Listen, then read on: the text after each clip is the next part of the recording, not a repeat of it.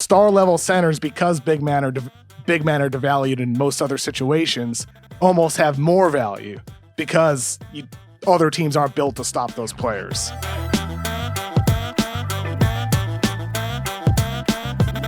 You brought up Bam Adebayo and how great he's been, Kev.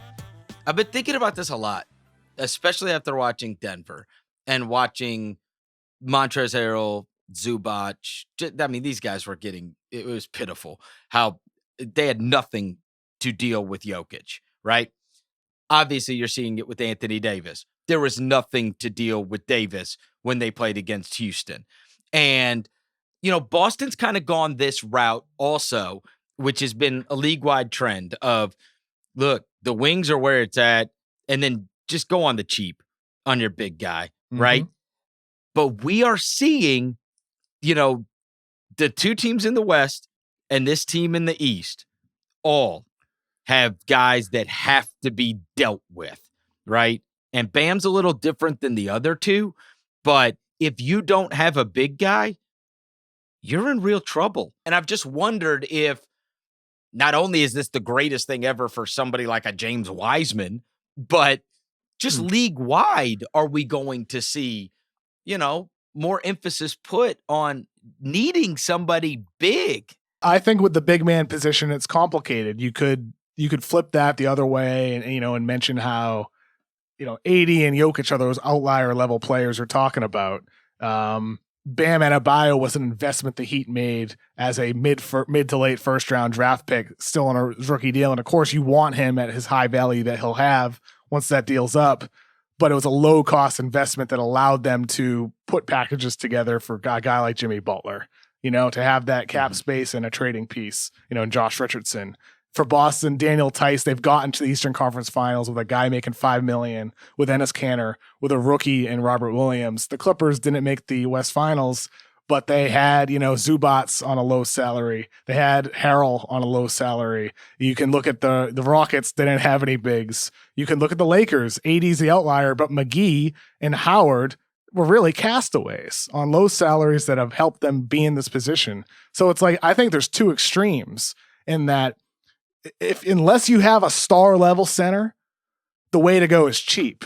But star level centers, because big men are devalued in most other situations, almost have more value because other teams aren't built to stop those players. Do you know where I'm going with that?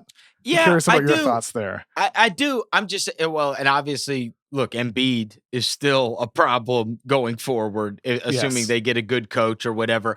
I just think that maybe there's like a healthy in between.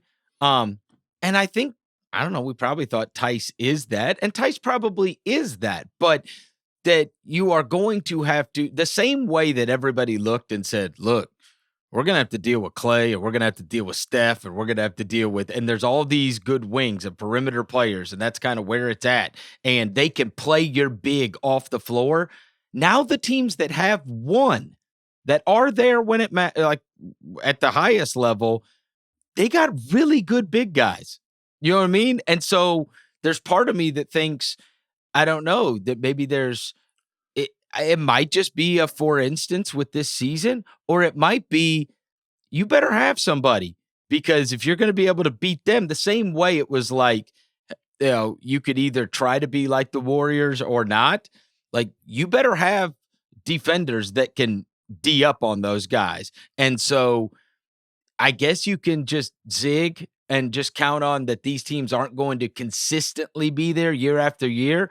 But if you're soft on big guys, I don't know how you're going to be dealing with Davis and Jokic and Embiid and Adebayo and like some of these guys they create such an advantage for you. They really do. Sure. And like you said, Adebayo does it in a different type of way. It's not necessarily with ISO scoring. It's with playmaking from the perimeter that forces your big man out of the paint. And he can hit that mid-range now a little bit. Hey, I tell you this, just given what we saw and the way it played out, Houston sure could have used Capella, because they couldn't do nothing. Would have been helpful. They were just AD was just catching lobs over people. Yeah. Yep. Like, exactly. You know what I mean? They get that switch, and it's like, okay, now he's got to score on Austin Rivers. Like, get out of here. Like PJ Tucker. Like, I mean, with Houston, I can't help but feel like they do just need to find a big, one of those lower cost guys, like not necessarily Daniel Tice, but that $5 to $10 million range.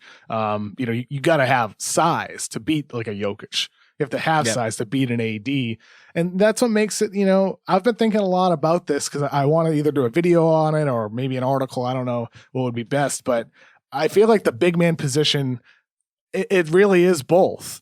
It's both, and that's what makes somebody like James Wiseman really so scary, because if you're investing the number 1 pick in him or even the number 3 pick, that's a lot of money for a rookie player who is there's no guarantee that he'll make an impact early on.